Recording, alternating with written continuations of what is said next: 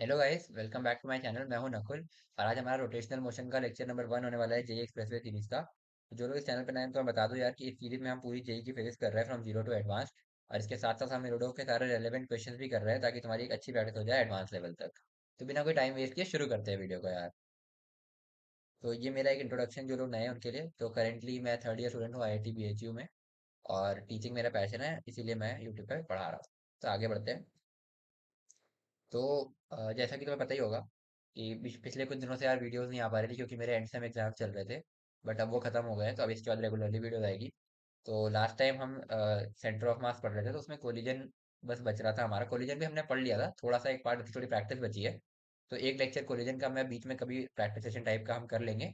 बाकी वो तुम्हारा ऑलमोस्ट खत्म है, उसमें बस प्रैक्टिस सेशन करना है और ऑब्लिक कोलिजन का थोड़ा बहुत तुम्हें बताना है, ठीक है। तो वो एक लेक्चर की चीज़ है, वो बीच में हम कभी कर लेंगे। तो आज हम स्टार्ट कर रहे हैं रोटेशनल मोशन या फिर रिजिड बॉडी डायनेमिक, जो भी कहना चाहो तुम। तो तुम हेडिंग ला सकते हो रोटेशनल मोशन। Rotational motion. तो देखो यार, पूरी मैकेनिक्स का एक सीक्वेंस है। सबसे पहले हमने बेसिक मैथ पढ़ा, उसके बिना तो तुम फिजिक्स ही स्टार्ट नहीं कर सकते। काफ़ी वो सारे टूल्स तुम्हारे देख ही रहे हो तुम, जगह जरा जरा जगह जगह यूज आ रहा है। उसके बाद हमने पढ़ा काइनेमेटिक्स, जिसमें हमने मोशन की स्टडी करी विदाउट मतलब उसके कॉज के बारे में बात किए बिना, ठीक है। तो काइनेमेटिक्स में हमने सर्कुलर मोशन वगैरह भी पढ़ा था, ठीक है। जहाँ पर एक पॉइंट के अबाउट तुम्हारा ऑब्जेक्ट सर्कुलर मोशन कर रहा है, यानी कि रोटेट कर रहा है बेसिकली। फिर हम वहाँ से आए लॉज ऑफ मोशन पर, जहाँ पर हमने फोर्सेस वगैरह की बात करी कि किस वजह से तुम्हारा ये मोशन हो रहा है, ठीक है। तो उसमें भी हम ट्रांसलेशनल मोशन की ही बात कर रहे थे, ठीक है। अभी तक पूरी बॉडी ही चल रही थी एक पर्टिकुलर वेलोसिटी से, ठीक है। उसके लिए हम बात कर रहे थे। फिर हमने वर्क एनर्जी पावर पढ़ा, उसका वो भी जगह जगह तुमने देखा होगा यूज आता है उसका भी, ठीक है।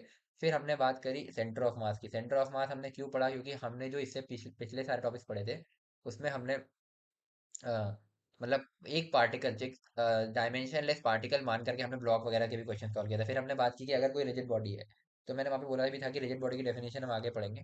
तो एक रिजिड बॉडी है, तो उसके लिए हम कैसे उसके मोशन की एनालिसिस करते हैं, तो उसके भी हमने अभी तक ट्रांसलेशनल मोशन की ही बात की है। कि सपोज एक ब्लॉक है, जो उसका फिर सेंटर ऑफ मास हमने फिर बात की थी कि सेंटर ऑफ मास पर हम उसकी फोर्स को एक्टिंग मान लेंगे। और फिर हमने मोमेंटम कंजर्वेशन और वो सारी चीजें देखी थी, ठीक है। अब बात यह है कि देखो, रिजिड बॉडी है, अगर सपोज अगर तुम्हारा एक पार्टिकल होता, ये सपोज एक छोटा सा डायमेंशनलेस पार्टिकल, मतलब बहुत छोटा पार्टिकल है। तो जैसा कि हम काइनेमेटिक्स के टाइम पे लेते थे, ठीक है। ये छोटा सा पार्टिकल है। तो अब इसके पास चलने की क्या पॉसिबिलिटीज है भाई, कि ये एक्स एक्सिस में आगे पीछे जा सकता है, ये वाई एक्सिस में आगे पीछे जा सकता है, या फिर ये जेड एक्सिस में आगे पीछे जा सकता है, ठीक है। ये अब सपोज कोई रिजिड बॉडी है ना। मैं सपोज एक रॉड का एग्जांपल लेता हूँ इस तरीके की। तो रिजिड बॉडी क्या होती है, उस पर अभी हम आते हैं। रिजिड बॉडी बेसिकली अभी तक तुम ऐसा समझ सकते हो कि ढेर सारे पॉइंट मासेस को किसी एक तरीके के अरेंजमेंट में हमने ले लिया। थोड़ा बहुत मैंने तुम्हें सेंटर ऑफ मास की स्टार्टिंग में बताया था।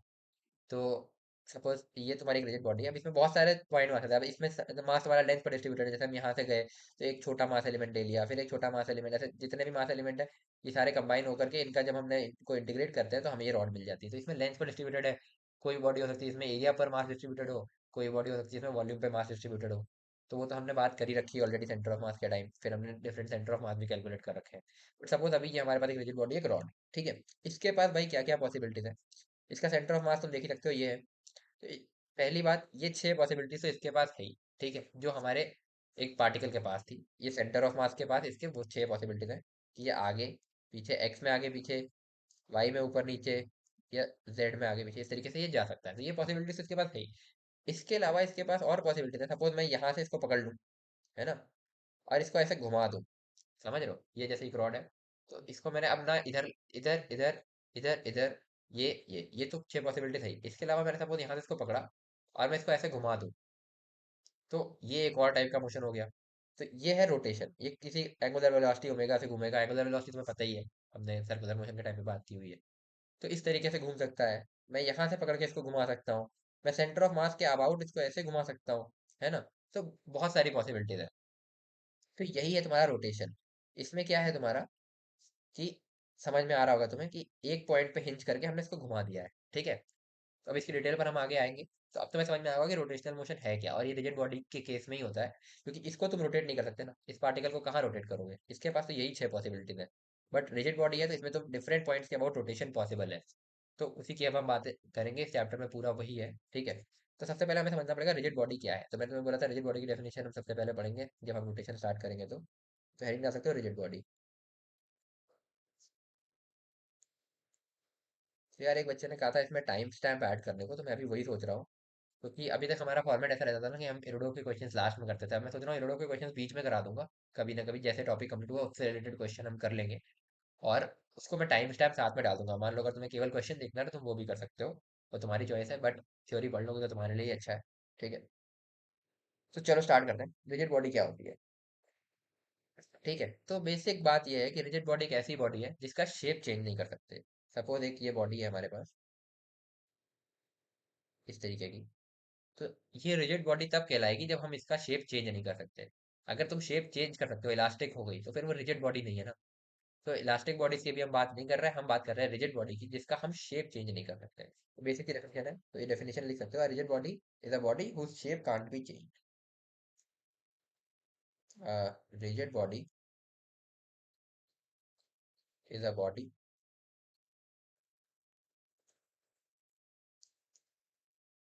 हुज शेप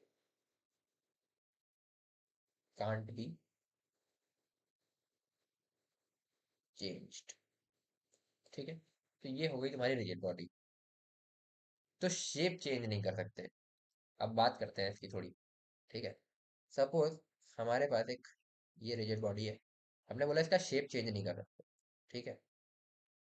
तो इस पे मैंने कोई दो पॉइंट्स पकड़े, सपोज ये है पॉइंट पी और ये है पॉइंट क्यू, ठीक है। इस बॉडी के ही दो पॉइंट्स पकड़े, अब मैं इनको ज्वाइन करने जा रहा हूँ। या ज्वाइन करने से पहले लेट से इसकी कुछ वेलोसिटी होगी, इस पॉइंट पी की कुछ वेलोसिटी है सपोज इस टाइप की वीपी, और इस पॉइंट क्यू की कुछ वेलोसिटी है वी क्यू, ठीक है।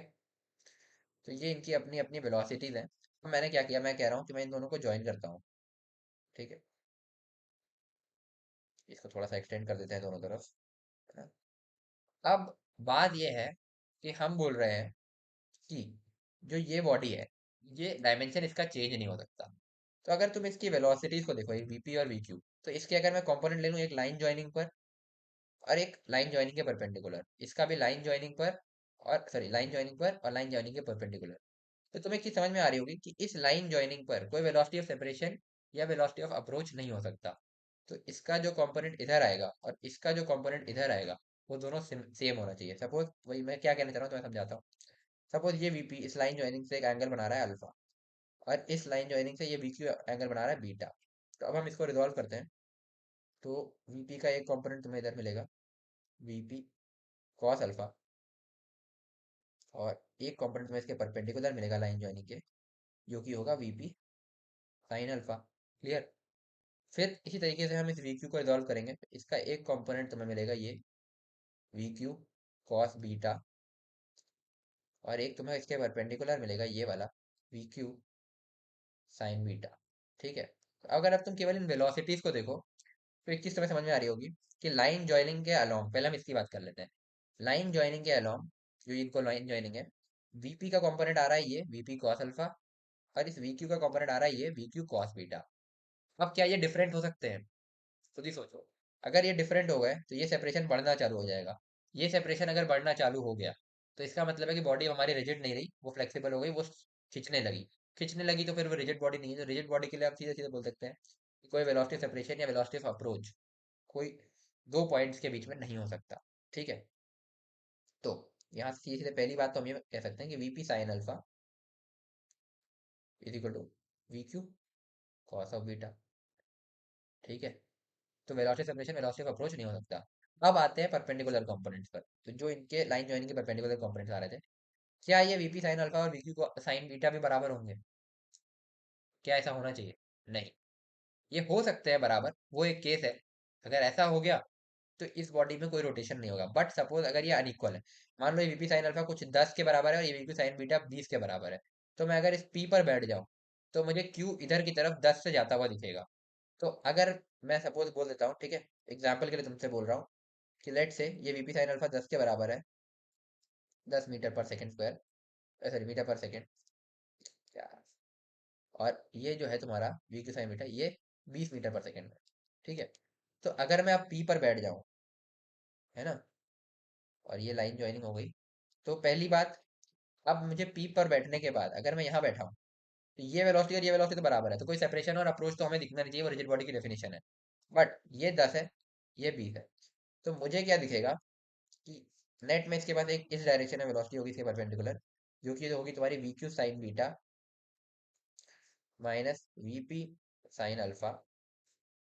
ठीक है, क्योंकि मैं पी पर बैठ कर देख रहा हूँ, जिसको मैंने अभी अपने जो हमने माना है 20 - 10 यानी कि 10 की वेलोसिटी एक इसके पास आ जाएगी इस तरीके से।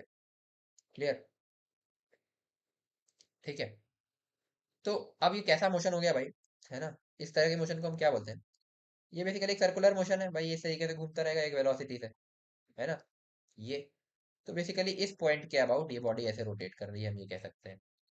तो रोटेशन पॉसिबल है एक रिजिड बॉडी के अंदर, रोटेशन पॉसिबल है, जैसे हमने यहाँ पर देखा था सुपर रॉड वाले केस में, कि हम इसके अबाउट रोटेट करा सकते हैं, हम इस पॉइंट के अबाउट रोटेट करा सकते हैं, हम सेंटर ऑफ मास के अबाउट रोटेट करा सकते हैं। ठीक है, तो रोटेशन पॉसिबल है। तो यही हो रहा है यहाँ पर। बट ये पॉसिबल नहीं है कि ये इन दोनों के पॉइंट के बीच में इनके लाइन ज्वाइनिंग पर एक वेलोसिटी ऑफ सेपरेशन या वेलोसिटी ऑफ अप्रोच अपने को मिल जाए, तब तो बॉडी डिफॉर्म हो जाएगी, तो वो नहीं हो सकता।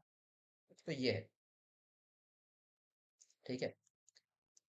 और ये एक सर्कुलर मोशन दिख रहा होगा तुम्हें फिर, मतलब इस एक पॉइंट के रिस्पेक्ट में दूसरा कोई भी पॉइंट, किसी भी रिजिड बॉडी का एक पॉइंट जो है, एक पॉइंट के रिस्पेक्ट में अगर हम किसी दूसरे पॉइंट को देखेंगे, तो कोई वेलोसिटी ऑफ सेपरेशन या वेलोसिटी ऑफ अप्रोच नहीं होगा, होगा तो बस ये परपेंडिकुलर डायरेक्शन में, या तो इधर हो सकता था या इधर हो सकता था, वो डिपेंड करता है इन दोनों के मैग्नीट्यूड्स पर। ठीक है। तो एक पॉइंट के अबाउट दूसरा पॉइंट हमेशा सर्कुलर मोशन करता तुम्हें दिखेगा। ठीक है, या रोटेशन करता हुआ तुम्हें दिखेगा, सीधी सीधी बात। तो अब इन चीजों को हम लिख लेते हैं। तो लिख सकते हो तुम, components of velocities of 2 points of a rigid body, components of velocities of 2 points of a rigid body, of 2 points of a rigid body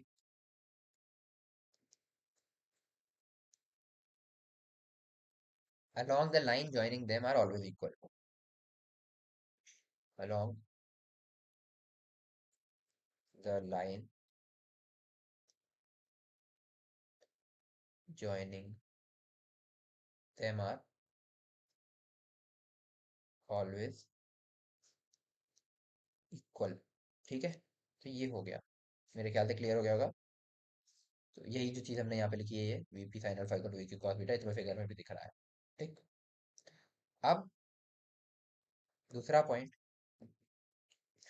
motion of any point of a rigid body, सब मैं बोल चुका हूँ, तुम्हें समझा चुका हूँ, बस लिखवा रहा हूँ। ठीक है। Motion of any point of a rigid body, any point of a rigid body with respect to any other point of it, with respect to any other point of it, is always a circular motion, is always a circular motion. ठीक है, तो ये जैसे हमने यहाँ पे देखा, इस पी के रिस्पेक्ट में हमने क्यू को देखा, तो सर्कुलर मोशन तो में दिख गया। ऐसे भी किसी भी पॉइंट के रिस्पेक्ट में होगा, क्योंकि हमेशा ये दोनों जो कंपोनेंट के लाइन ज्वाइनिंग पर होंगे ये इक्वल होंगे, तो एक के रिस्पेक्ट में दूसरे को देखोगे तो तुम्हें रोटेशन करता दिखेगा। अगर तुम क्यू के रिस्पेक्ट में पी को देखते तो भी तुम्हें ये रोटेशन करता हुआ दिख जाता है इस तरीके से। ठीक है, क्योंकि नेट डिफरेंस ये परपेंडिकुलर कंपोनेंट ही क्रिएट करेंगे, और अगर ये डिफरेंस नहीं है तो रोटेशन भी नहीं होगा। और बाकी ये तो हमेशा इक्वल रहेंगे, VP sine VP cos alpha और V Q cos beta. Sorry, ये यहाँ पे मैंने कुछ गलत लिख दिया था क्या? सॉरी, साइन अल्फा क्यों लिख दिया मैंने, वीपी कॉस अल्फा था ये, सॉरी। ठीक है, ये है। तो ये हो गया अपना। अब हम बात करते हैं। ठीक है, लेट से ये है हमारी एक रिजिड बॉडी। ठीक है, अब इसमें हम कोई एक पॉइंट पकड़ते हैं, लेट से मैंने सेंटर ऑफ मास का पॉइंट पकड़ा, ये रहा सेंटर ऑफ मास। ठीक है, अब इसके रिस्पेक्ट में मैं कोई भी पॉइंट पी देखूंगा अगर, ठीक है, तो अगर मैं पी देख रहा हूँ, ठीक है, तो पहले मैं इनको लाइन ज्वाइन कर देता हूँ। ये हो गया लाइन ज्वाइनिंग। तो सेंटर ऑफ मास के रिस्पेक्ट में जो तुम्हारा पी होगा, ठीक है, सेंटर ऑफ मास के फ्रेम में, वो या तो इधर जा रहा होगा, मतलब उसके पास या तो राइट साइड में परपेंडिकुलरली वेलोसिटी होगी, या फिर लेफ्ट साइड में होगी, से मैं अभी बोल रहा हूँ राइट साइड में है। तो ये हो गया V bar of P with respect to C M, ठीक है, तो वो इसके परपेंडिकुलर ही होगी।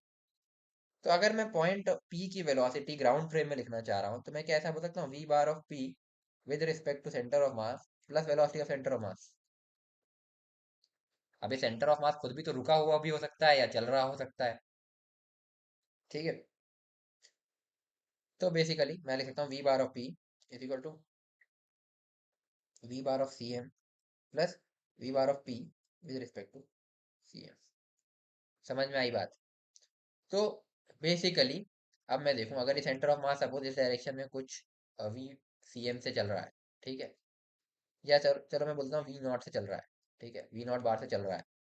तो ये वी नॉट बेसिकली क्या है, इसके ट्रांसलेशनल मोशन की हम बात कर रहे हैं। सेंटर ऑफ मास किसी एक डायरेक्शन में चल रहा है, उसकी डायरेक्शन को मैंने रेफरेंस ले लिया। सपोज डायरेक्शन वो इसके बजाय ये डायरेक्शन, अब ध्यान से समझना, ये थोड़ा सा दिमाग लगाने वाला पॉइंट है, ठीक है।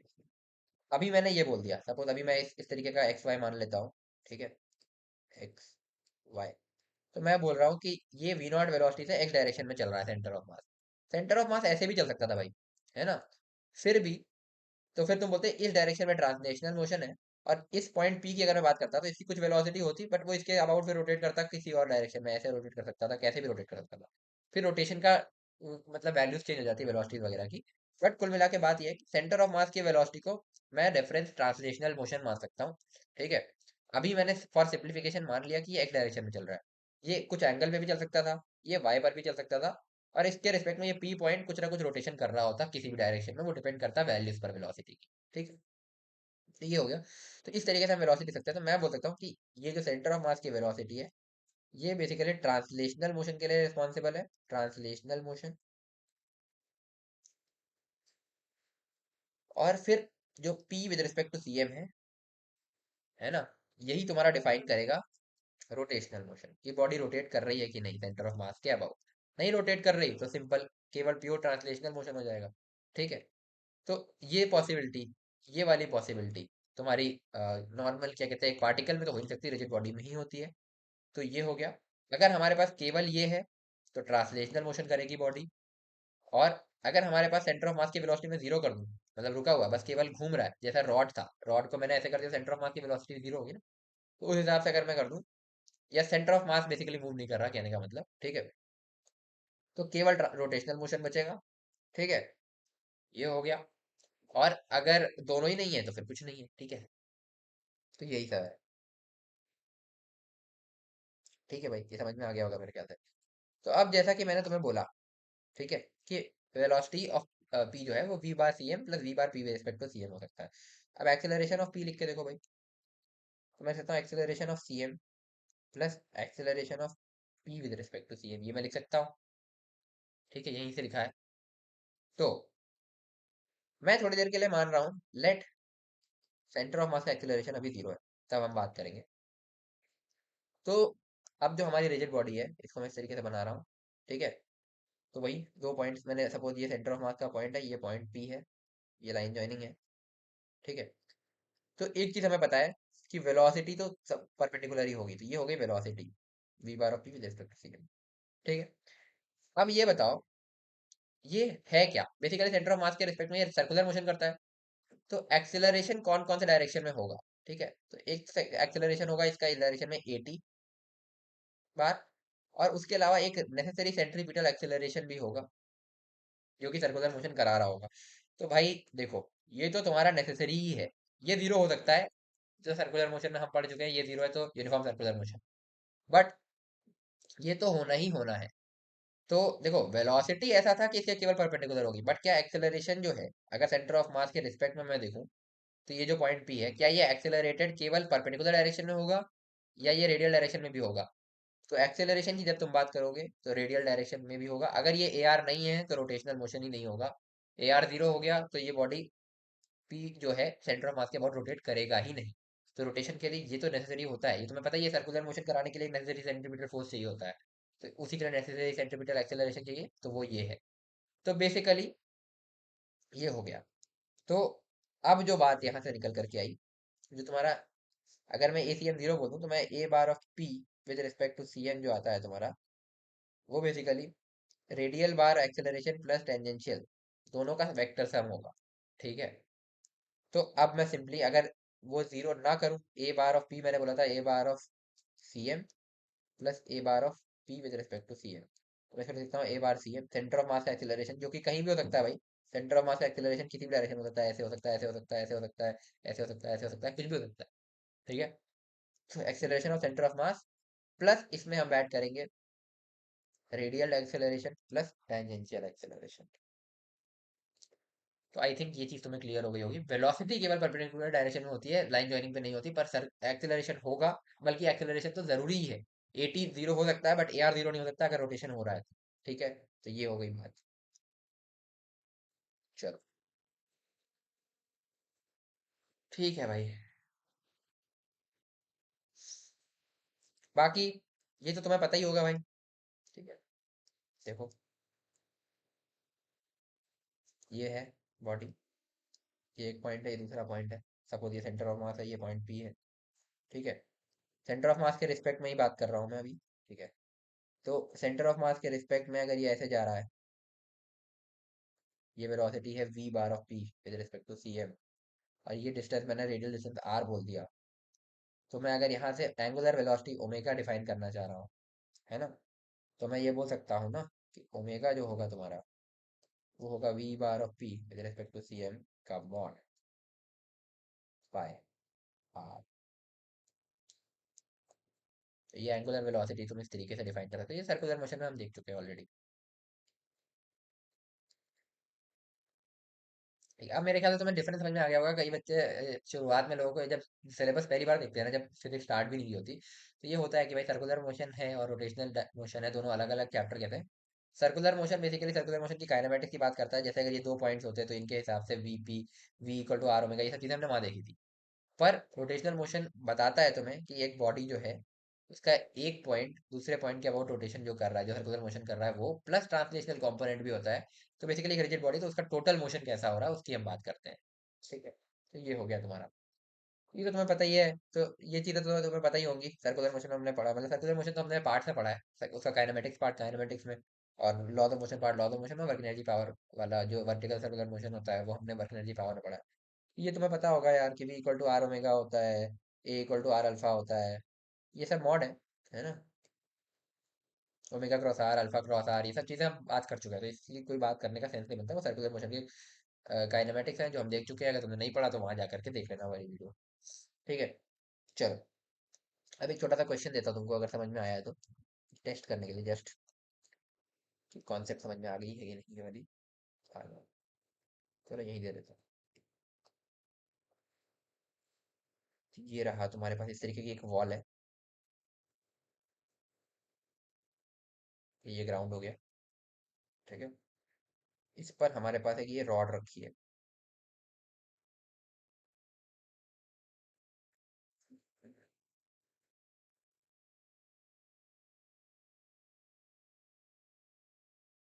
इस तरीके की एक रॉड है हमारे पास। ठीक है। अब ऐसा है कि इस पॉइंट की वेलोसिटी है कुछ va, और इस पॉइंट की वेलोसिटी है v नॉट, जो कि तुम्हें नोन है। रॉड जो है वो at an instant theta angle बना रही है विद हॉरिजॉन्टल, इस तरीके से। ठीक है। तुम्हें बताना है कि va की वैल्यू क्या होगी। ये रिजिड रॉड है। ठीक है। बस इतना ही बताया तुम कि ये रिजिड रॉड, तो va की वैल्यू बतानी है भाई। बहुत इजी है, बस तुम्हें रिजिड बॉडी का कॉन्सेप्ट समझ में आया कि नहीं ये चेक करना चाह रहा हूँ मैं। तो कमेंट कर देना अगर तुम्हारा आंसर आ गया है तो। तो चलो मैं बता देता हूँ। ठीक है। तो बेसिकली बात वही है, वही कॉन्सेप्ट कि इसमें लाइन जॉइनिंग के अलॉन्ग तुम्हारा कोई वेलोसिटी ऑफ सेपरेशन या अप्रोच नहीं हो सकता। तो लाइन जॉइनिंग के अलॉन्ग अगर मैं इसका कंपोनेंट लूंगा तो ये आएगा तुम्हारा, ये क्योंकि थीटा हो जाएगा vertically opposite, V naught cos theta. और ये थीटा था तो ये 90 माइनस थीटा हो जाएगा एंगल। ठीक है, ये वाला। तो इसका जो कंपोनेंट आएगा इस डायरेक्शन में वो आएगा V A cos 90 minus theta. तो मैं बोल सकता हूँ V A cos 90 minus theta यानी कि sine theta. Cos 90 minus theta sine theta होता है equal to V naught cos theta. Simply V A की वैल्यू हो जाएगी V naught cos theta by sine theta यानी कि वी नॉट कॉट थीटा। बस यही था और कुछ नहीं। चलो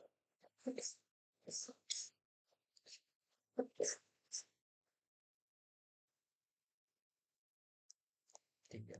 तो अब एक दो चीजें वही दिखा देता हूँ। जो सेंटर ऑफ मास की मैंने तुम्हें बात बोली थी वो नोट करके लिखा देता हूँ कि सेंटर ऑफ मास के रिस्पेक्ट में जो मोशन है वो रोटेशनल मोशन है और सेंटर ऑफ मास का मोशन ट्रांसलेशनल मोशन बॉडी का माना जाता है। तो लिख सकते हो generally motion associated with center of mass, motion associated with center of mass is translational motion, जो मैं ऊपर लिखवा चुका हूँ ठीक है।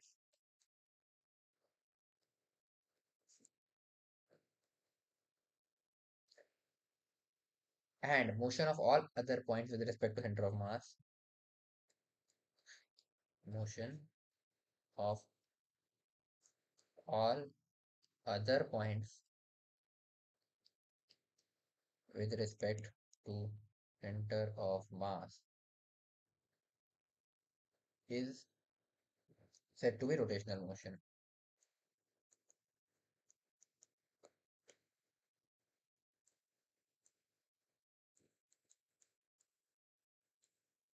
ओके ठीक है। तो इसके बाद एक चीज और any type of motion of any rigid body, any type of motion of any rigid body is combination of these two types of motion is combination of these two types of motion। तो ठीक है आगे बढ़ते हैं। अब वो basic kinematics वाली चीजें जैसे मैंने तुम्हें कहा तुम्हें पता होना चाहिए equal to R omega equal to R alpha alpha equal to D omega by D T. ठीक है।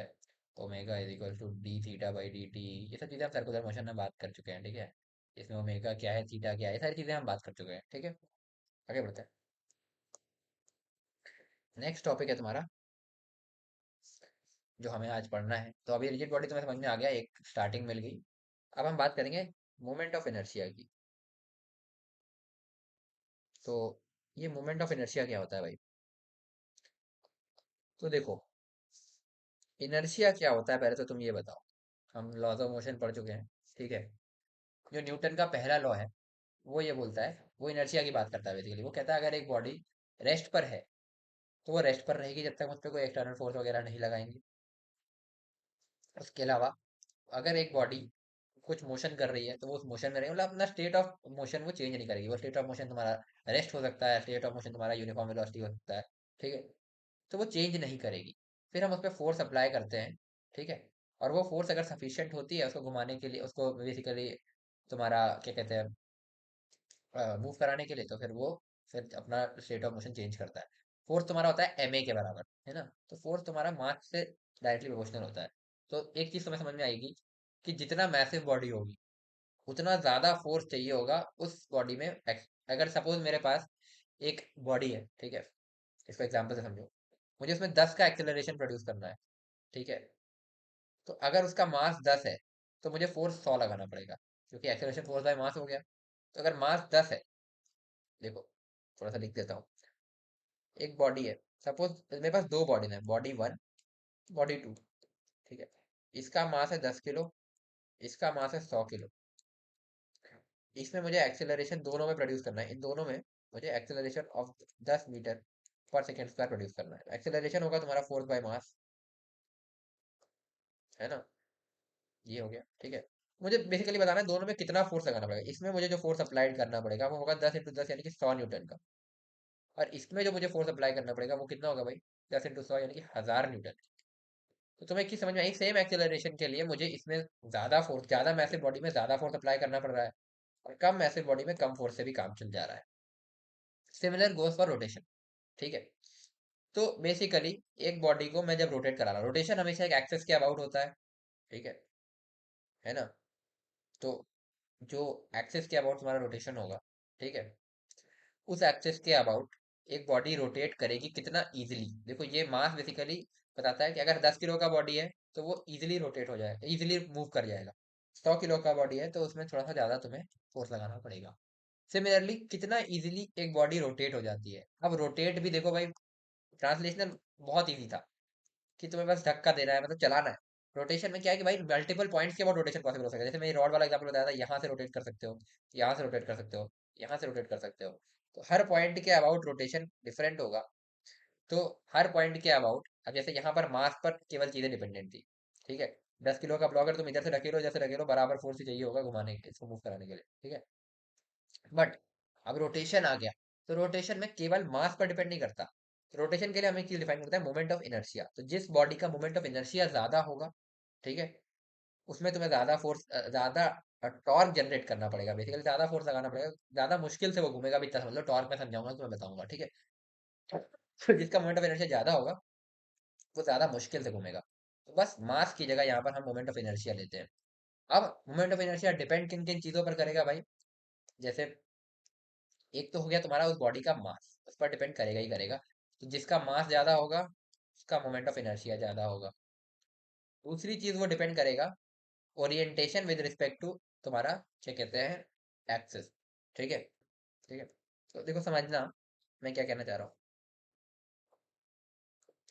सपोज एक रॉड है ना, ये रॉड है। ठीक है। तो अब अगर मैं इसको यहां से रोटेट करा रहा हूँ, ठीक है, एक एक्सिस ली मैंने। मिनट यार, थोड़ा ढंग से बनाता हूँ। सपोज इस तरीके की एक रॉड है। तो अगर मैं इस एक्सिस के अबाउट इसको ऐसे घुमा दूं, रोटेट करा दूं, ठीक है, समझ रहे हो बात, इस तरीके से घूमेगा। तो इसके लिए जो मोमेंट ऑफ इनर्शिया आएगा, mi1। ठीक है। और मैं अगर इस पॉइंट के अबाउट रोटेट करा दूं, ओमेगा से, mi2। ठीक है। तो क्या ये दोनों इक्वल होंगे? नहीं। जबकि मास तो रॉड का सेम ही है, एम मास मान लो। ठीक है। अब ये है कि जिसका मास ज्यादा होगा उसको रोटेट कराना ज्यादा मुश्किल होगा, ये बात तो है। बट एक फैक्टर यहाँ पर और ऐड हो गया जो कि तुम्हारा इस केस में नहीं था। यहाँ केवल मास पर चीजें चलती थी ट्रांसलेशनल मोशन में। रोटेशन इस एक्सिस के अबाउट कैसा है, इस एक्सिस के अबाउट कैसा है, या कोई हाइपोथेटिकल एक्सिस, कोई और एक्सिस मैं ऐसे ले सकता हूँ, टेढ़ी मेढ़ी कुछ भी ले सकता हूँ, ऐसे ले सकता हूँ, यहाँ दूर ले सकता हूँ। तो हर एक्सिस के अबाउट डिफरेंट होंगी चीजें, तो उनको अब हम देखेंगे। तो बेसिकली एक्सिस पर भी डिपेंड करता है तुम्हारा moment of inertia. Same body के लिए डिफरेंट मोमेंट ऑफ इनर्शिया हो सकते हैं डिपेंडिंग ऑन द एक्सिस जिसके अबाउट तुम मोमेंट ऑफ इनर्शिया लिख रहे हो। ठीक है। और उस एक्सिस के अबाउट रोटेशन की बात, जैसे हम इस एक्सिस के अबाउट रोटेशन की बात करेंगे तो हमें यहाँ का मोमेंट ऑफ इनर्शिया चाहिए इस एक्सिस के अबाउट, सेम बॉडी का। इस एक्सिस के अबाउट हम बात करेंगे तो हमें यहाँ इस एक्सिस के अबाउट मोमेंट ऑफ इनर्शिया चाहिए। तो हमेशा moment of inertia is calculated about an axis. ठीक है। तो लिख सकते हो, एक चीज ये लिख लो, मोमेंट ऑफ इनर्शिया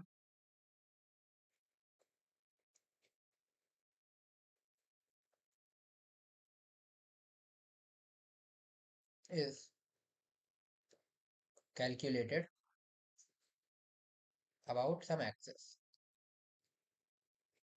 और जितना मोमेंट ऑफ इनर्शिया ज्यादा होगा उतना तुम्हें घुमाना मुश्किल होगा, उतना मुश्किल से वो घूमेगा। ठीक है। ये बात तुम्हें समझ में आ गई होगी, ये अपनी लैंग्वेज में लिख लेना। ठीक है। तो अब हम बात करते हैं पॉइंट मास हैं तो उनका मोमेंट ऑफ इनर्शिया कैसे लिखेंगे। तो तुम हेडिंग डाल सकते हो, moment of inertia. Basically definition भी है ऑफ पॉइंट मास है, या यहीं से डेफिनेशन आती है। यहीं से फिर हम आगे रिजिड बॉडी की तरफ बढ़ जाएंगे। जैसे हमने सेंटर ऑफ मास की बात की थी ना, डिस्क्रीट मास सिस्टम था तो उसका लिखा था, फिर हम उससे रिजिड बॉडी की तरफ बढ़ गए थे। ठीक है। सपोज तुम्हारे पास कोई एक एक्सेस है जिसके अबाउट मुझे सेंटर ऑफ मास लिखना ये मोमेंट ऑफ इनर्शिया लिखना है। ये हो गई एक्सेस तुम्हारी। एक्सेस को मैंने कुछ नाम दे दिया, ए डैश। ठीक है। अब मेरे पास कुछ मासेस हैं। सपोज ये है m1, ये है m2, ये है m3, ये है m4, ऐसे करते करते n मासेस हैं, सपोज mn। ठीक है। तो मैं क्या बोलूंगा भाई, सब सेम सेंस ऑफ रोटेशन में ऐसे घूम रहे थे एक्सेस के अबाउट। तो इसका डिस्टेंस हो गया r1, इसका एक्सेस से परपेंडिकुलर डिस्टेंस की बात हो रही है, r2, इसका डिस्टेंस हो गया r3, ऐसे सो ऑन सबके लिख सकता हूँ मैं। ठीक है। But sense of rotation same है। तो अब मैं अगर इस एक्सेस के अबाउट आई ए डैश इस एक्सेस के about moment of inertia define करूंगा तो वो हो जाएगा m1 r1 का स्क्वायर। ठीक है, तो इसका परपेंडिकुलर डिस्टेंस का स्क्वायर। ठीक है, प्लस m2 r2 का square, plus and so on ऐसे ns पार्टिकल तक mn rn का स्क्वायर। तो अब इसको ध्यान से समझो, यही डेफिनेशन है। Basically mass into perpendicular distance का स्क्वायर। ठीक है, ये हो गया एक पार्टिकल का। ऐसे ही n पार्टिकल है तो सबको ऐड कर देंगे क्योंकि सबका सेंस ऑफ रोटेशन सेम है। ठीक है, M one R one square plus M two R two square ऐसे so on M N R N square. यही होती है इसकी डेफिनेशन। तो मैं सीधे सीधे लिख सकता हूँ I A dash is equal to sigma M I R I का square I equal to one से लेकर के n। तो इस तरीके से तुम पॉइंट जितने भी पॉइंट वहां से हैं उनका सेंटर ऑफ मास सॉरी उनका मोमेंट ऑफ इनर्शिया इस तरीके से लिख सकते हो। ठीक है, तो वेयर आर आई क्या है is perpendicular distance of that mass from given है, जो एक्सेस के अबाउट हम निकाल रहे थे मोमेंट ऑफ इनर्शिया उससे परपेंडिकुलर डिस्टेंस। तो इस तरीके से ये होती है इसकी डेफिनेशन। ठीक है, जैसे तुमने मास मोमेंट किया था उसमें sigma M I R I करते थे, याद हो उसमें कर दो। बस उसी तरीके से moment of inertia M I R I square करते हैं। ठीक है, ये चलो ठीक है। अब एक क्वेश्चन देखो, एग्जाम्पल देखो, थोड़ा सा तुम्हें क्लियर होगा, है ना। चलो,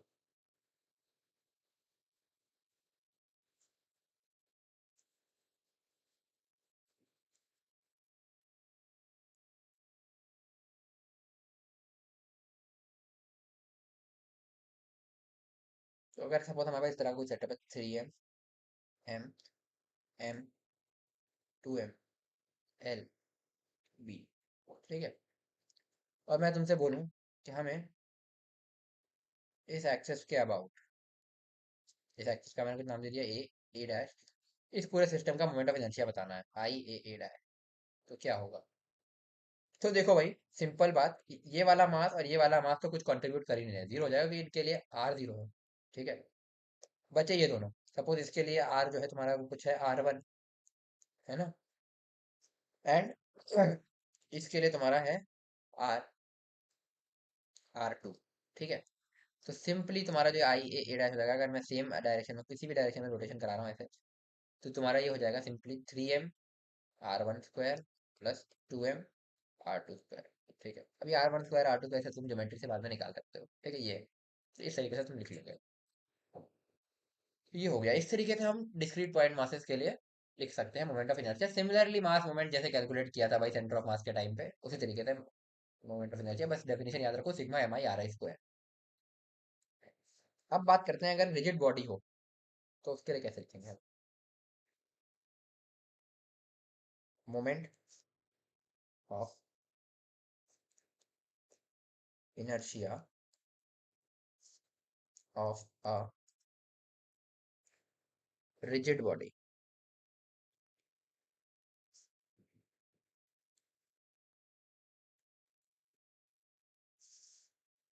चलो, सपोज हमारे पास इस तरीके की एक्सेस है ए ए डैश, और हमें इस तरीके की एक रिजिड बॉडी गिवन है। ठीक है, अब इस पर देखो, जो मास डिस्ट्रीब्यूटेड है वो तीनों तरीके से हो सकता है, जैसे हमने सेंटर ऑफ मास के टाइम पर भी बात की थी, लेंथ पर, एरिया पर, और तुम्हारा वॉल्यूम। ठीक है, तो अब हम क्या करेंगे, इस रिजिड बॉडी का हमें मोमेंट ऑफ इनर्शिया लिखना है। सपोज पूरी बॉडी इस तरीके से ओमेगा से रोटेट कर रही है, एक्सेस क्या होगा। तो हम क्या करेंगे, यहाँ से हम एक पॉइंट पकड़ेंगे, सपोज ये डीएम पकड़ा, हमने डीएम टाइप का एलिमेंट लिया इस बॉडी पर। ये लेंथ का एलिमेंट होगा तो लैम्डा टाइप का, लैम्डा डीएल टाइप का एलिमेंट लेंगे, है ना। एरिया पर होगा तो सिग्मा डीए टाइप का एलिमेंट लेंगे। वॉल्यूम पर होगा तो रो डीवी टाइप का एलिमेंट लेंगे। ठीक है, तो अभी सपोज ये डीएम टाइप का एलिमेंट लिया, ये सपोज आर डिस्टेंस दूर है इससे। तो इस एलिमेंट का अगर मैं आई डी आई लिखना चाहूँ तो वो हो जाएगा डीएम आर स्क्वायर, और इसको फिर हम इंटीग्रेट कर देंगे तो हमें पूरी बॉडी का मोमेंट ऑफ इनर्शिया मिल जाएगा। इस तरीके से हम इसको निकाल सकते हैं। तो इसको तुम लिख लो, मैं पूरा बता देता हूँ। सबसे पहले क्या करना है हमें, take a general differential mass element DM, general element लेना। देखो मैंने तुम्हें बोला था जब हम वहां पे सेंटर ऑफ मास की कैलकुलेशन कर रहे थे अलग अलग बॉडी की, मैंने बोला था कि एलिमेंट लेना सीख लेना भाई, आगे तक काम आएगा। तो अब मोमेंट ऑफ इनर्शिया में ये काम आ रहा है, ऐसे ही आगे इलेक्ट्रिक फील्ड मैग्नेटिक फील्ड में भी काम आता है जब तुम ट्वेल्थ में जाओगे या ट्वेल्थ वाला पार्ट पढ़ोगे तब। ठीक है, और तुमने पढ़ रखा है तो तुमने देखा ही होगा वो। ठीक है, ठीक है, general differential mass element DM, तो डीएम टाइप का एलिमेंट लेंगे, है ना। अब ये डिपेंड करता है, ठीक है, डीएम तुम्हारा हो सकता है इस तरीके का, लैम्डा डीएल। ये चीजें हम कर चुके हैं वैसे, एलिमेंट लेना जब हमने सेंटर ऑफ मास कैलकुलेशन की थी। अगर मास डिस्ट्रीब्यूटेड ऑन लेंथ है तो, है ना, और डीएम तुम्हारा हो जाएगा सिग्मा डीए टाइप का, जिसमें डिफरेंशियल एरिया हो गया और सिग्मा मास पर यूनिट एरिया हो गया, अगर मास डिस्ट्रीब्यूटेड ऑन एरिया हो जाएगा तो। ठीक है, और डीएफ तुम्हारा हो जाएगा रो डीबी टाइप का, अगर मास डिस्ट्रीब्यूटेड ऑन वॉल्यूम हो जाएगा तो। ठीक है, पहला काम हो गया एलिमेंट लेना। ठीक है, अभी हम डिफरेंट बॉडीज का निकालेंगे, जैसे हमने वहां पर सेंटर ऑफ मास निकाला था ना, वैसे हम इसकी कैलकुलेशन भी करेंगे। ठीक है, अब लिखोगे, अगला काम होगा तुम्हारा right moment of inertia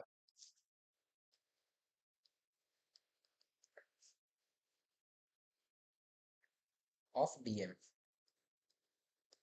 about जो भी एक्सेस तुम्हें दिया हो, जिसको मैं बोलूंगा डी आई। तो डी आई तुम्हारा क्या होगा, simply D M R square, जो हमने ऊपर करा था अभी। फिर उसके बाद थर्ड काम है तुम्हारा बस इंटीग्रेट डी आई, इंटीग्रेट करना है इसके बाद भाई।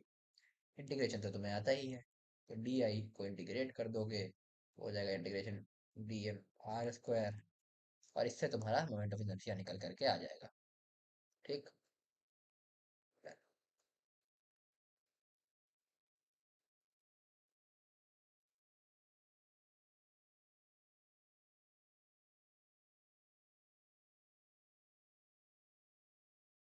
ये तो ऐड करने पड़ेंगे भाई।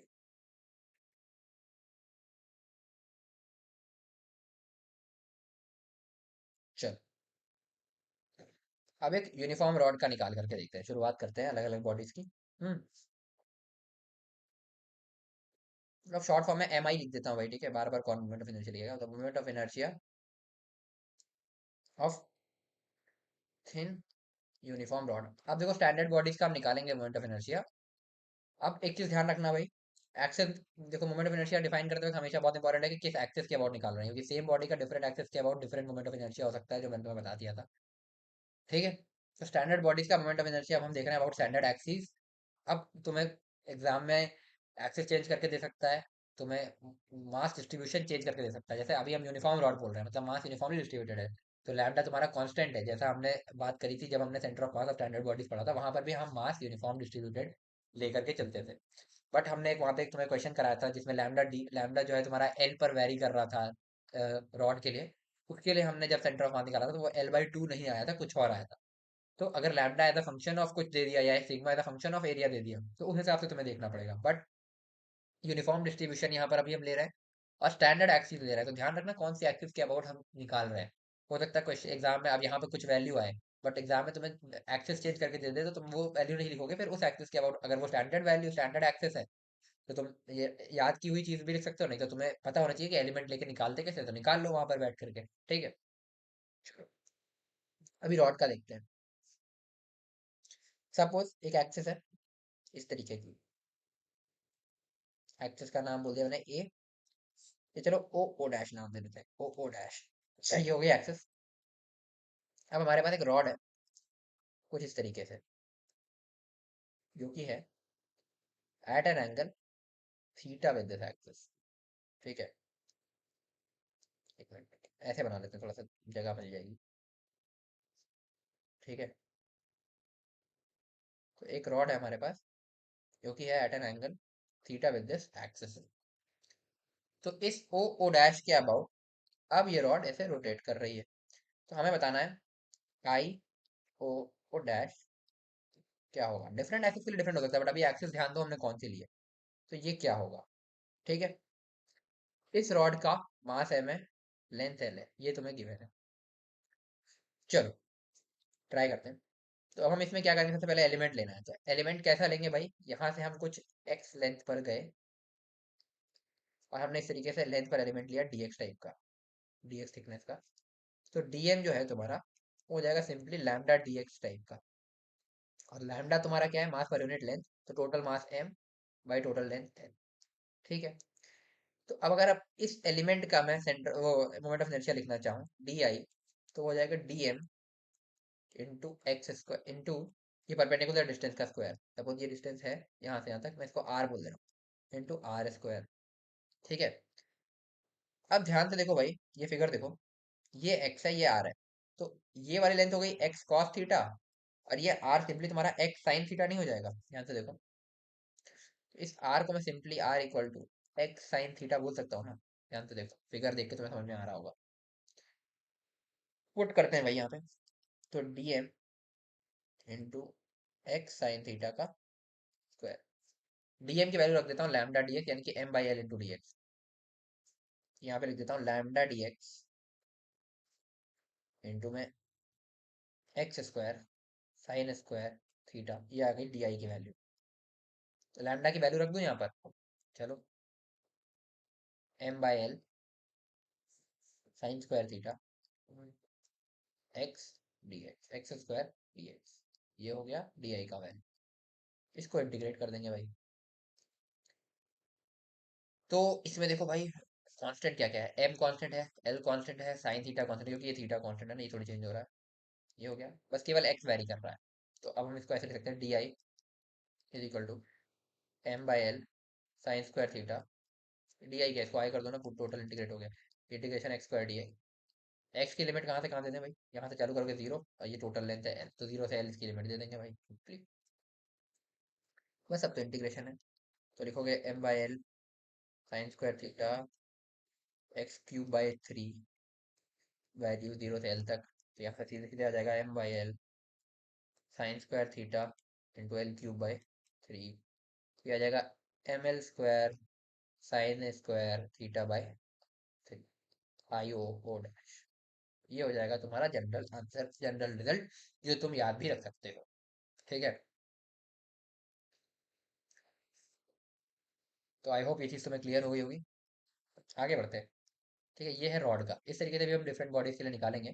अब इसी का एक सब केस होता है जो तुम्हारा एरोडोफ का एक क्वेश्चन भी है। तो ये क्वेश्चन तुम देखो, इसी का सब केस है। मतलब ये फॉर्मूला यूज करके भी कर सकते हो, बाकी लोग उसको डिराइव कराते हैं और ये फॉर्मूला नहीं कराते हैं, बट मैंने तुम्हें ये करा दिया जनरल। अब तुम इस क्वेश्चन को कर लो भाई, एरोडोफ का क्वेश्चन नंबर 1.238। तो इसको तुम ट्राई करो, फिर मैं बताता हूँ। वैसे अब तुमसे हो जाना चाहिए, वही फॉर्मूला लगाना है, बस थीटा की वैल्यू समझ लो क्या करनी है। तो ट्राई करो, फिर मैं बताता हूँ।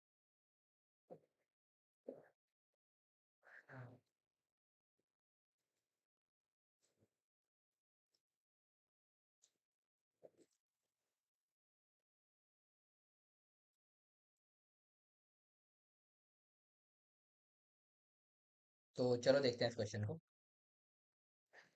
इसने बोला find the moment of inertia of a thin uniform rod related to the axis which is perpendicular to the rod and passes through one of its ends। ठीक है। if the mass of the rod is m and length l। बस फर्क क्या है यहाँ पे, ध्यान दो। एक एंड से पास कर रही है एक्सिस, ये तो ठीक है, रॉड का एक एंड है, उससे ये एक्सिस पास कर रही है, and perpendicular to the rod, तो ये एंगल 90 है। ये है तुम्हारी एक्सिस ओ, ओ डैश। इसके अबाउट रॉड ऐसे रोटेट करेगी, तो इसका moment of inertia about this axis बताना है क्या होगा।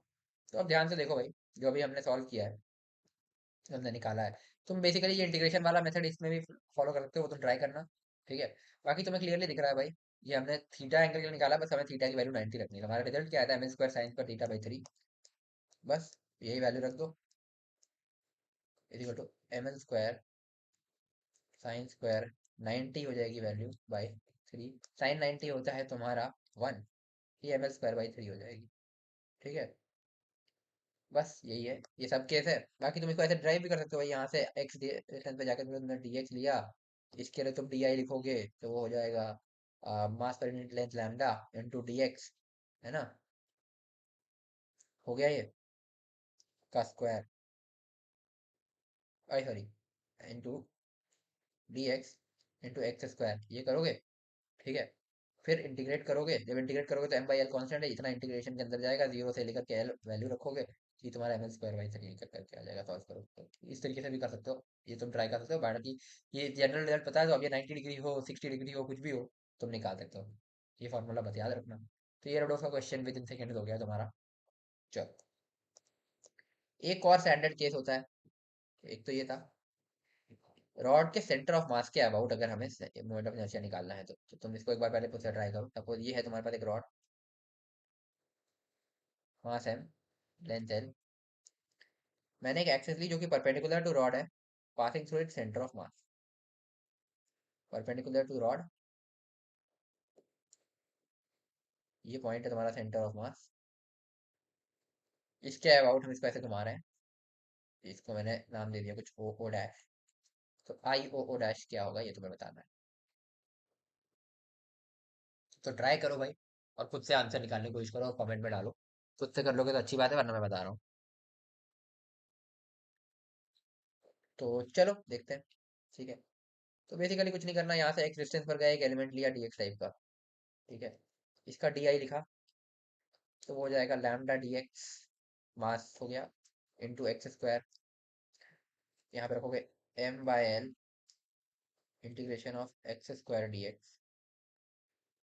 ठीक है, अब बस ध्यान क्या देना है भाई, इस एक्स की लिमिट क्या दें। अगर हमने यहाँ पे सेंटर ऑफ मास पे ओरिजिन माना है, जहाँ जिसके अबाउट हम लिख रहे हैं, तो इधर है -L/2 और इधर है L/2, तो -L/2 से L/2 तुम इसको एलिमेंट दोगे।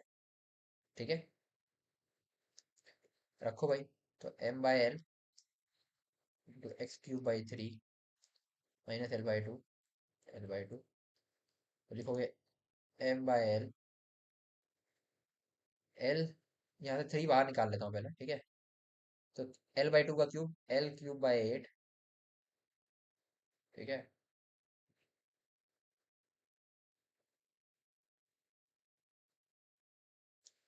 Minus -L³ / 8, clear. ये आ जाएगा m/3l इंटू में आएगा तुम्हारा L³/4, ये दो बार मल्टीप्लाई ऐड हो गया, बेसिकली ऐसा हो गया। तो ये हो जाएगा तुम्हारा ml²/12। तो आई सी एम जो बेसिकली सेंटर ऑफ मास के अबाउट वाली जो एक्टर है उस पर ml²/12 आ रहा है, जबकि ml²/3 नहीं है, तो तुमने देखा सेम रॉड का डिफरेंट एक्सेस पर डिफरेंट आ गया, तो ये ml²/12 आता है। इसको करने का एक तरीका और था भाई, दिखाता हूँ तुम्हें। ठीक है, तो बेसिकली हमने क्या किया, अब इस रॉड को दो अलग अलग रॉडों में तोड़ लो, एक रॉड इधर ले लो, मास m/2, क्योंकि आधा मास कर दिया ना, यूनिफॉर्म डिस्ट्रीब्यूशन था, और लेंथ भी l/2, और एक और रॉड ले ली इधर इस साइड, मास m/2, लेंथ l/2। ये दोनों ही रॉड देख सकते हो परपेंडिकुलर टू दिस है, एक्सिस ऐसे घूम रही है। तो ये फर्स्ट रॉड है, ये सेकंड रॉड है, तो मैं सिंपली लिख सकता हूँ आई ओ डैश, इसको मैंने ओ ओ डैश बोल दिया, is equal to I1 + I2। इन दोनों को सिंपली मैं ऐड कर सकता हूँ, तो ये हो जाएगा तुम्हारा m/2 L/2 whole square ml² sin² θ/3, तो sin² 90 डिग्री बाई 3। अच्छा, ये एक का हुआ, क्या इसके लिए भी सेम होगा, m/2 L/2 स्क्वायर sin² 90/3, और rotation of length of rotation same है, तो इसी को सिंपली 2 से मल्टीप्लाई कर दो, बेसिकली दोनों सेम ही है। ये कर दिया, इसको सॉल्व करोगे, ये हो जाएगा 1, ये आएगा तुम्हारा ml²/12, तो यही निकल करके आ जाएगा। तो इस तरीके से भी तुम इसको सॉल्व कर सकते थे। ठीक है, आई होप तुम्हें चीज समझ में आ गई होगी। आगे बढ़ते हैं।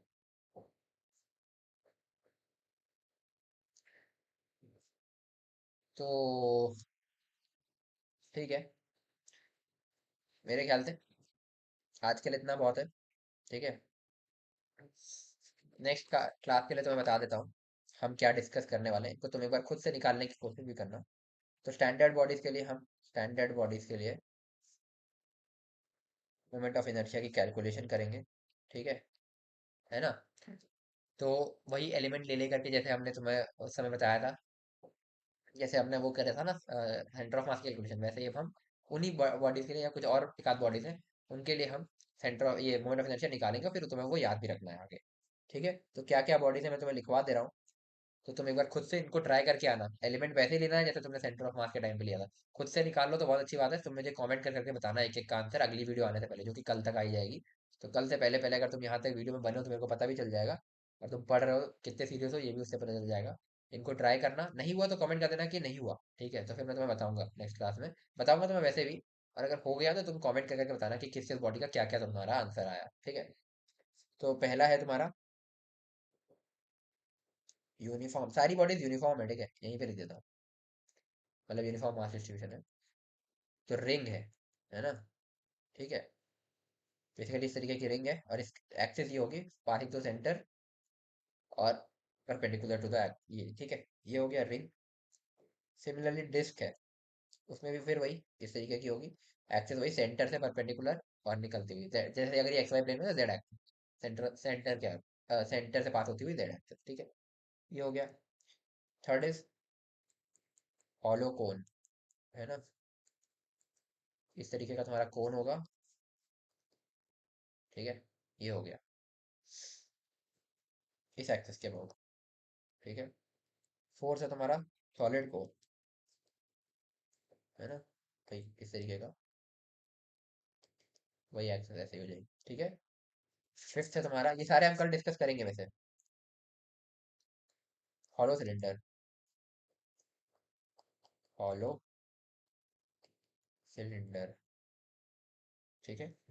सिक्स है तुम्हारा सॉलिड सिलेंडर, इस तरीके का। अच्छा, इनमें एक्सेस नहीं बनाई क्या मैंने, ऐसी एक्सेस बनेगी, ठीक है। इस वाले में भी ऐसी एक्सेस सेंटर से पास करती हुई परपेंडिकुलर टू द एक्सेस, अब समझ में आ रहा होगा तुम्हें मेरे ख्याल से, ठीक है। फिर आएगा स्फेरिकल शेल, स्फेरिकल, ये हॉलो स्फीयर भी बोल सकते हो जिसको, इस तरीके का सेंटर से पास होती हुई ये एक्सेस हो गई, इसके अबाउट घूमेगा, ठीक है। और लास्ट है तुम्हारा सॉलिड स्फीयर। चलो, ये लास्ट है, तो इनको हम कल डिस्कस करेंगे तुम्हारी कल की क्लास में। इस तरीके का स्फीयर हो गया, ये सेंटर से पास करती हुई एक्सेस है, इस तरीके का, ठीक है, perpendicular। तो इन सारी बॉडीज का मोमेंट ऑफ इनर्शिया हम नेक्स्ट क्लास में निकालेंगे और डिस्कस करेंगे। उससे पहले मैं चाहता हूँ कि एक बार तुम खुद से इनको ट्राई करो, ठीक है, और जितनों के आंसर आ जाए कमेंट करके बताओ यार कि कितनों के आंसर तुमने खुद से निकाल लिए। और खुद से निकाल लो तो अच्छी बात है, क्योंकि एलिमेंट लेना सीख गए हो कि नहीं, मैं बस यही देखना चाहता हूँ, ठीक है। चलो, और इसके बाद कुछ लोगों ने यार ऐसा मेरे को सजेस्ट किया है कि जितने लोग भी हमसे पढ़ रहे हैं, ठीक है, वो कितने भी हैं जो रेगुलरली पढ़ रहे हैं, उनके डिस्कशन के लिए हम एक टेलीग्राम ग्रुप क्रिएट करते हैं, ठीक है। तो एक चैनल तो है ही है जिसमें मैं नोट्स वगैरह का मैंने तुमसे बोला था, तो अभी थोड़ा सा बीच में रेगुलरली उस पर शेयर नहीं कर पा रहा था, बट अब इसके बाद मैं रेगुलरली उस पर नोट्स शेयर करूंगा। तो बताइए, एक ग्रुप क्रिएट करते हैं जिसमें जितने लोग इसमें पढ़ रहे हैं, ठीक है, तो वो आपस में भी डिस्कस कर सके चीजें, है ना। और फिर कोई डाउट हो तुम उस पर पूछ सकते हो, तो मैं उसको क्लास में डिस्कस कर सकता हूँ, मैं भी तुम्हें बताता रहूंगा, बाकी तुम लोग आपस में भी डिस्कस कर सकते हो उसके लिए। तो मेरा प्लान है ये चीज़ करने का, तो बहुत जल्दी वो टेलीग्राम ग्रुप क्रिएट हो जाएगा, ठीक है। और बाकी यार इधर भी थोड़ा सा मेरे एंड चल रहे थे, इस वजह से क्लासेस थोड़ी सी नहीं हो पाई, वीडियो मैं नहीं डाल पाया, ठीक है। बट टेंशन मत लो, तुम्हारा सिलेबस हो जाएगा, ठीक है। अगर एक आध टॉपिक रह भी जाता है, ठीक है, तो मैंने तुम्हें जैसा बोला था जेई मेन की एक सीरीज में स्टार्ट कर रहा हूँ, तो ये तो चलती रहेगी, इसमें कोई चेंज नहीं आएगा, इसमें डेली वन वीडियो अब तुम्हारा आएगा, ठीक है। तो डेली वन वीडियो 11th का और डेली वन वीडियो 12th का, एक्सेप्ट संडे, ठीक है, बाकी संडे को तुम्हारे लिए गैप है। तो 11 12 का डेली एक एक वीडियो में, मेरा प्लान यही है, तो ये तुम्हारा आता रहेगा। इसके बाद अगर तुम्हारा एक आध टॉपिक रह जाता है 11 12 का, जैसे 11th में मेरे ख्याल से सारा हो जाएगा, अगर रहता है तो फ्लूइड मैकेनिक्स शायद रह जाए, ठीक है, वो इतना इंपॉर्टेंट है भी नहीं। तो मैं एक जेई मेन की सीरीज तो स्टार्ट कर ही रहा हूँ, जिसमें वन शॉट टाइप के वीडियोस होंगे, ठीक है, पूरा एक चैप्टर कवर करेंगे, इसमें हम जेई मेन के मोस्ट इंपॉर्टेंट कॉन्सेप्ट कवर करेंगे, वो स्पेसिफिकली फॉर जेई मेन होगा, एडवांस इसका कोई लेना देना नहीं है, ठीक है। तो वो रिवीजन के लिए भी तुम यूज कर सकते हो, बाकी तुम अगर फर्स्ट टाइम पढ़ रहे हो तो भी तुम्हारे लिए बहुत हेल्पफुल है, क्योंकि जेई मेन के फिर उस पर्टिकुलर चैप्टर के तुम 90% से ज्यादा क्वेश्चंस करने के लिए तैयार हो जाओगे, और मैक्सिमम 2.5 3 घंटे की वीडियो को एक होगी। तो वो एक चीज है, क्योंकि जेई मेन में यार देखो, कॉन्सेप्ट देखो, चैप्टर सारे सारे चैप्टर से पूछा जाता है, बट कॉन्सेप्ट्स का ऐसा है ना कि कुछ लिमिटेड कॉन्सेप्ट से क्वेश्चन आते हैं, तो उन कॉन्सेप्ट्स को तुमने मास्टर कर लिया तो 90% से ऊपर क्वेश्चंस कर पाओगे, और एडवांस में तुम्हें सब कुछ आना चाहिए। तो बेसिकली हर चैप्टर का 10 10 20 20% पार्ट है, तुम 90% क्वेश्चन उस चैप्टर के कर सकते हो, समझ रहे हो मेरी बात। तो उसी को मैंने सॉर्ट आउट करके क्वेश्चंस के बेसिस पे तुम्हें प्रूफ दिखाऊंगा भाई कि पास क्वेश्चन में ऐसा हुआ है। फिर हम कुछ प्रीवाइक्यूज भी उसमें करेंगे जेईमेन के, बट वो स्पेसिफिकली फॉर जेईमेन होगा, क्योंकि हम बहुत सारे टॉपिक उसमें छोड़ देंगे, ठीक है, जो एडवांस रेलेवेंट है। इस सीरीज में तो हम सब कुछ कर रहे हैं एकदम डिटेल में, जो कई टीचर एडवांस के लिए भी नहीं कराते वो भी हम कर रहे हैं। तो अगर तुम्हारा एक आध टॉपिक छूट जाता है, वैसे मोस्ट प्रोबेबली मैं ट्राई करूंगा ना छूटे, बट जो है ये है कि 11th में तुम्हारा शायद फ्लूइड मैकेनिक्स छूट सकता है, और उधर 12th वाले में मैं पूरा पढ़ा दूंगा उधर। तो अगर कुछ छूटता है, मेरे ख्याल से अगर बहुत छूटेगा तो मॉडर्न फिजिक्स का कुछ पार्ट शायद छूटेगा, तो वो सारा हम जेई मेन वाली सीरीज में तो तब तक कवर कर ही लेंगे। तो मेन का टेंशन मत लो, इसको तुम आराम से फॉलो करते रहो, क्योंकि इसमें यार हम जल्दी ज्यादा हड़बड़ाएंगे तो भी तुम्हारा नुकसान हो सकता है, क्योंकि इसमें टाइम चाहिए चीज़ों को समझने के लिए, हम पूरी डिटेल में कर रहे हैं। बट वो मेन वाले वीडियोस देख लेना तो तुम्हारा काम हो जाएगा, ठीक है। तो वो तो वैसे भी देख लेना, जो चैप्टर तुमने इसमें पढ़े हैं वो भी देख लेना, क्योंकि उसमें स्पेसिफिकली फॉर जेई मेन है कि मोस्ट टारगेटेड कॉन्सेप्ट्स कौन कौन से हैं जिन पे सबसे ज्यादा क्वेश्चन आते हैं, ठीक है। तो ये है। और फिर हम उसमें पीवाईक्यूज भी डिस्कस करेंगे, तो वो जेई मेन के लिए तुम्हारा फाइनल ब्रह्मास्त्र टाइप का होगा, कि बस ये कर लिया तो सफिशिएंट है। वो रिवीजन के लिए भी तुम कर सकते हो, फर्स्ट टाइम पढ़ रहे हो तो भी तुम कर सकते हो, और बाकी पीवाईक्यूज कर लेना, जेई मेन के लिए उतना सफिशिएंट है। ये सीरीज तुम्हारी एडवांस के लिए, और एडवांस में भी काफी टाइम है, तो टेंशन मतलब सिलेबस तुम्हारा आराम से हो जाएगा, ठीक है। और आज हमने रोटेशन स्टार्ट कर ही दिया है, तो ये टॉपिक ऐसा है भाई कि टॉपर्स टूल है, इसको अच्छे से नहीं किया तो क्वेश्चन तुम नहीं कर पाओगे। तो इसीलिए इसमें हम प्रॉपर टाइम देंगे, आराम से करेंगे, ठीक है, कोई दिक्कत नहीं है। हो सकता है इसके पैरेलल में तुम्हारा थर्मोडायनेमिक्स वगैरह चालू कर दूँ, क्योंकि ये लंबा टॉपिक है, तो हम उसको चालू कर लेंगे, वो उसमें इजी इजी क्वेश्चन बन जाते हैं और ज़्यादा क्वेश्चन आते भी हैं। और मेन वाला तो उसका ज़रूर देख लेना, ठीक है। तो ये है। तो आई होप तुम्हें आज इतना समझाया अच्छे से समझ में आया होगा। अगर कोई भी डाउट है तुम कमेंट सेक्शन में पूछ सकते हो, बट साथ में टाइम स्टैम्प डाल देना कि किस पॉइंट पर तुम्हें वो डाउट आया था। तो आई होप तुम्हें आज की वीडियो पसंद आई। अगर पसंद आई तो वीडियो को लाइक करो यार, जितना हो सके अपने दोस्तों के साथ शेयर करो, और अगर तुमने अभी तक चैनल को सब्सक्राइब नहीं किया, सब्सक्राइब कर लो। तो मिलते हैं यार नेक्स्ट वीडियो में। Till then stay motivated and keep study. Bye.